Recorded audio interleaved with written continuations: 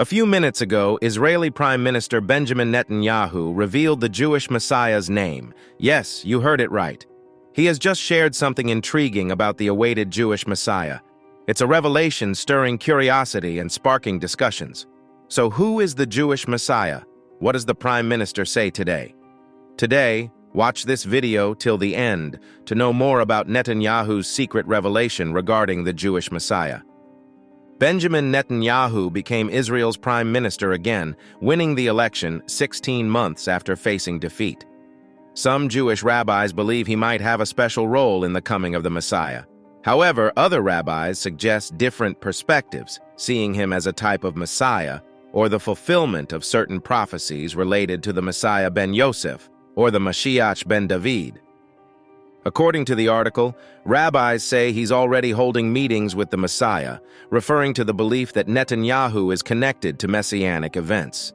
These rabbis are searching for a Messiah who is not Jesus Christ. And this aspect catches our interest because it ties into the Bible prophecies about the Antichrist and the false prophet. The article points out the anticipation of a reality that will fulfill biblical prophecies. It mentions the faux prophet who does not comprehend the simple fact that Jesus is the Messiah. This insight becomes more intriguing as the article was written in advance, even before Netanyahu won the election. A few years ago, Rabbi Yitzchak Yurti, a highly respected sage in modern Israel, along with Luba Victor Rebbe Rabbi Menachem to Nursing, participated in expressing their views. They asserted that Benjamin Netanyahu could be the last prime minister of Israel before the Messianic age. The article suggests a connection to the idea that Netanyahu might play a significant role in the events leading up to the fulfillment of Messianic prophecies. It is noted that many ultra-Orthodox Jews in Israel still believe that being right as Israelis is crucial, especially during the closing rounds of elections, Netanyahu's victory and Messianic expectations. On November 1, 2022, Netanyahu once again appeared poised for victory. In an old video clip, a respected rabbi expressed that Benjamin Netanyahu needed to play a more significant role in ushering in the arrival of the Messiah. The rabbi says Benjamin Netanyahu needs to do more to usher in the coming of the Messiah. This implies a belief among some that Netanyahu has a specific role to play in the events leading to the arrival of the Messiah. While there is substantial evidence that Jesus Christ fulfilled messianic prophecies from the Old Testament, certain instances connect Netanyahu to the imminent Messiah or the Jewish Messiah, not Jesus Christ. An article from November 19, 2018, titled "Netanyahu Holding the Keys for the Messiah," quotes a paragraph expressing concern about the criticism directed towards Netanyahu. The quote reveals, "It pains me as a friend, as a brother, as a close friend to see how many people continuously spill Netanyahu's blood." Despite this, the rabbi shares a surprising revelation. He is going to come out of it, and he's going to stand tall on God's side. He has a promise from the rabbi, and he's going to make it through this. I hope he can hand his keys over to Mashiach the Messiah and usher in the whole intro redemption. In another noteworthy article from 2018, a compelling idea is presented, linking Netanyahu to the concept that he will hand the scepter to the Messiah, the son of David. This notion adds intriguing elements to discussions about Netanyahu's connection to the coming of the Jewish Messiah. The article raises thought-provoking questions about Netanyahu's role in the approaching Jewish Messiah. It also touches on the prevailing belief about the Antichrist or the false prophet, stating, "According to John 7:42, the scripture said that the Christ comes from the descendants of David and from Bethlehem, the village where David was." The article introduces the concept of a two-stage process for the Messiah, citing Shem Mishmuel. The first stage, referred to as Mashiach Ben Yosef, involves practical and earthly aspects, such as gathering exiles and building the land of Israel. The second stage encompasses the Davidic dynasty's re-established order and the Third Temple's crowning glory. Quoting Shemuel, the article explains, "Jonathan will come as the reincarnation of Mashiach Ben Yosef, Messiah from the house of Joseph." It adds, "At the end of the day, he's going to function as the second one to the Mashiach Ben David, Messiah from the house of David.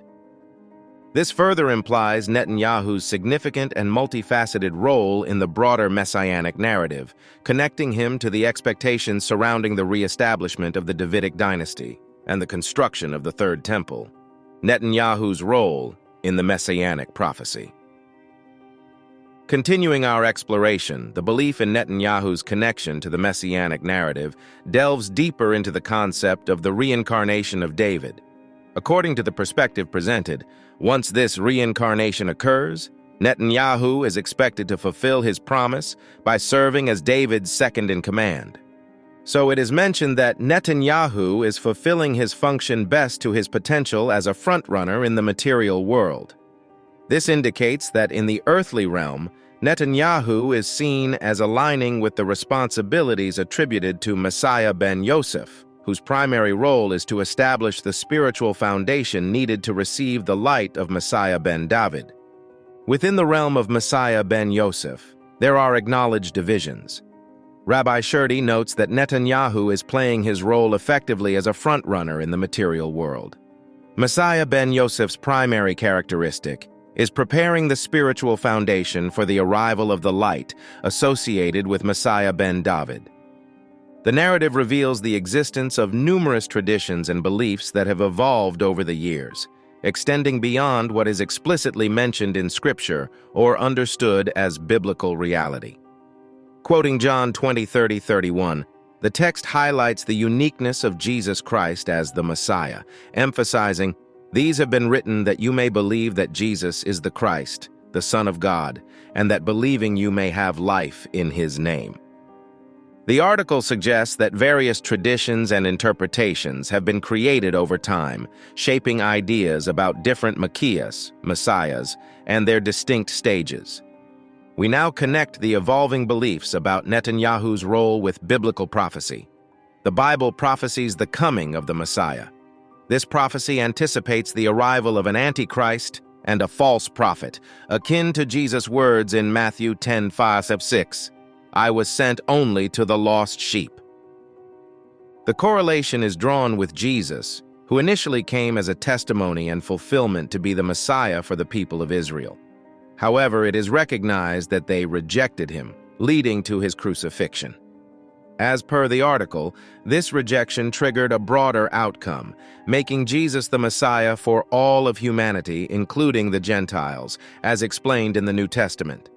The reasoning follows that when the Antichrist comes, his mission may be aligned with reaching out to the lost sheep of the house of Israel.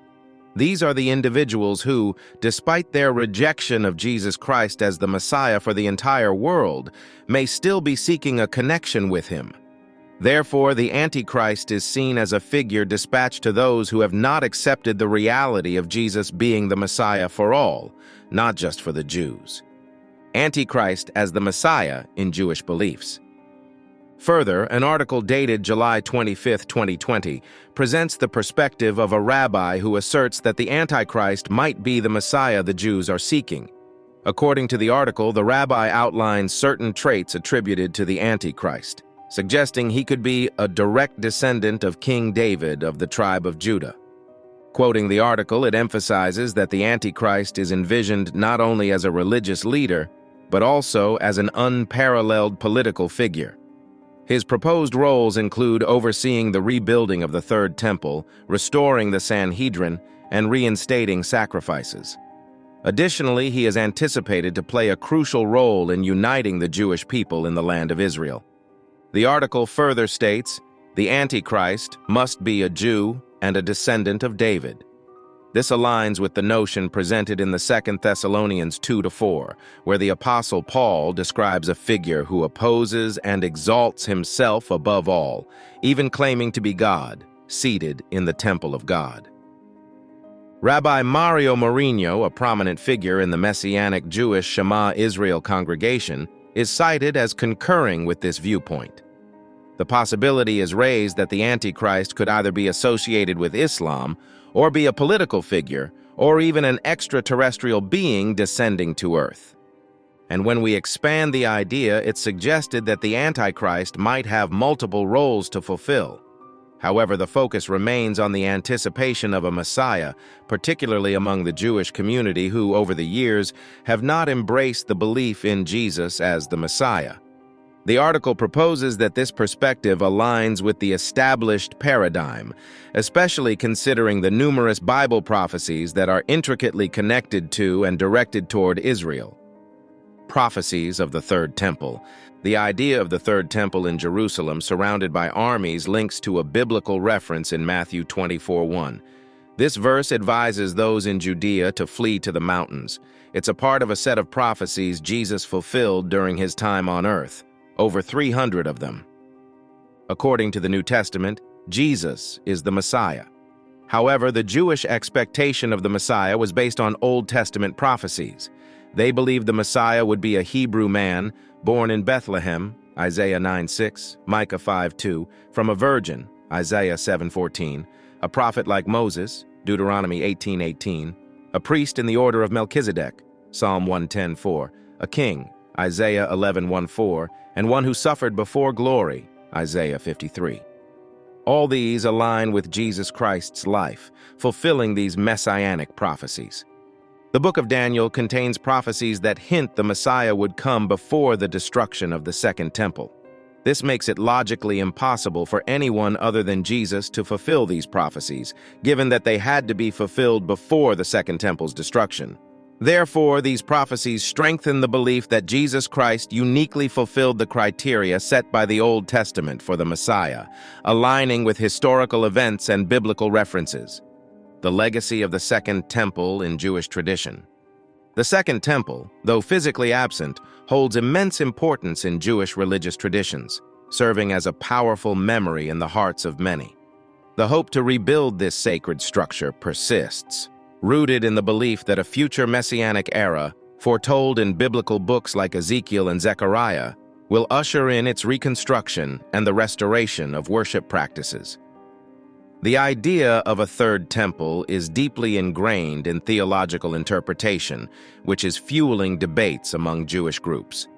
While some Orthodox and traditionalist Jews eagerly anticipate a literal rebuilding, others perceive it symbolically, representing spiritual redemption rather than a physical edifice. These differing perspectives contribute to the theological discourse surrounding the concept. The Temple Mount's complexities intensify the discussions, considering its religious significance as the home of the Dome of the Rock and the Al-Aqsa Mosque. This sacred site poses significant challenges to any potential reconstruction efforts, requiring careful consideration and diplomatic approaches. Moreover, the Temple Mount, where the previous two temples stood, now houses the Al-Aqsa Mosque and the Dome of the Rock, both esteemed in Islam, making it a site of great significance for Muslims. Any endeavor to rebuild the temple must grapple with the delicate task of addressing these existing structures, likely encountering strong opposition from the Muslim community. The Islamic Waqf, responsible for managing Muslim holy sites, initially denied the presence of a pre-temple on the site, showcasing the sensitivity surrounding the issue. However, historical evidence challenges these claims. British archaeologist Robert Hamilton's discovery of a Jewish ritual cleansing site beneath the Al-Aqsa Mosque, including a mikveh, a Jewish ritual bath, in its foundations, indicates a tangible Jewish historical connection to the site. The discovery of the mikveh underscores the historical Jewish link to the site, providing concrete evidence despite initial denials. Nevertheless, political sensitivities and tensions in the region, heightened by the presence of the Dome of the Rock, create formidable obstacles for any attempts at physical reconstruction. Kohanim training and the red heifer. The vision of rebuilding the Third Temple encounters several challenges, with one significant hurdle being the training of the Kohanim, the descendants of Aaron, who are responsible for the temple's care and upkeep. To address this, a Sanhedrin, a governing body overseeing Jewish law, has been established, focusing on the comprehensive education of the Kohanim in laws, customs, rituals, and priestly duties associated with the temple service. Challenges also arise in procuring the essential element for temple sacrifices, the red heifer, a crucial requirement according to Jewish law. The red heifer must be entirely red with no blemishes, symbolizing ritual purity. Finding a rare cow that meets these criteria is a substantial obstacle. The Sanhedrin actively seeks solutions to these challenges, collaborating with the Temple Institute to cultivate farmlands and recreate Israel's natural environment during biblical times. Despite these efforts, challenges persist, particularly the scarcity of red heifers and the complexities associated with the political landscape of the Temple Mount. Now, the journey to rebuild the Third Temple reaches a crucial milestone, marked by the birth of an unblemished red heifer. Rabbi Chaim Richmond, alongside Reverend Clyde Lott, a rancher and Pentecostal minister, has undertaken a unique endeavor to produce the red heifer, presenting a significant development in the pursuit of rebuilding the Third Temple. Understanding the intricacies of animal husbandry and the specific rules for breeding, the team took a unique approach by implanting frozen embryos of North America's red Angus into Israel's domestic cattle. After numerous unsuccessful attempts, the announcement of the birth of a red heifer calf in Israel marked a historic moment, being the first in the country in 2,000 years. This achievement brought relief and excitement, particularly for those eagerly anticipating the results. The red heifer, currently kept in an undisclosed location, is expected to play a significant role in future religious ceremonies. Plans, led by Rabbi Yitzhak Mamo, are underway to hold a ceremony to slaughter the imported red heifers during Passover in 2024. However, this endeavor faces challenges, particularly concerning the delicate issue of the control of the Temple Mount, which remains under Muslim authority.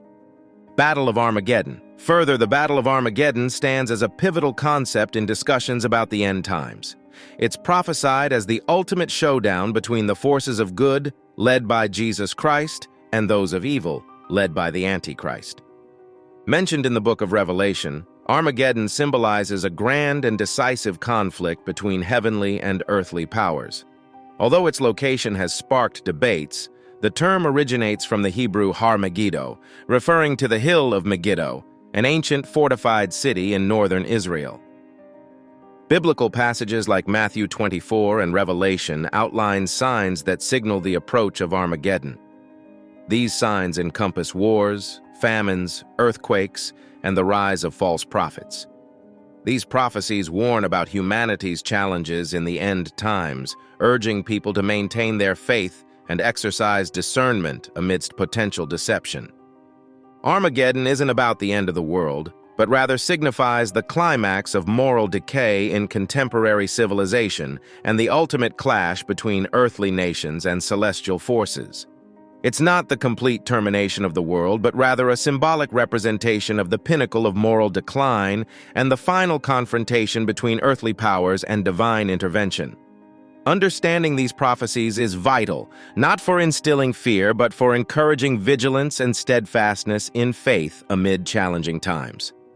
Message for everyone. So Jesus fulfilled numerous prophecies, and these statements aren't ever to disregard Jews or to attack people in the world who are deceived and lost and don't believe Jesus is Christ.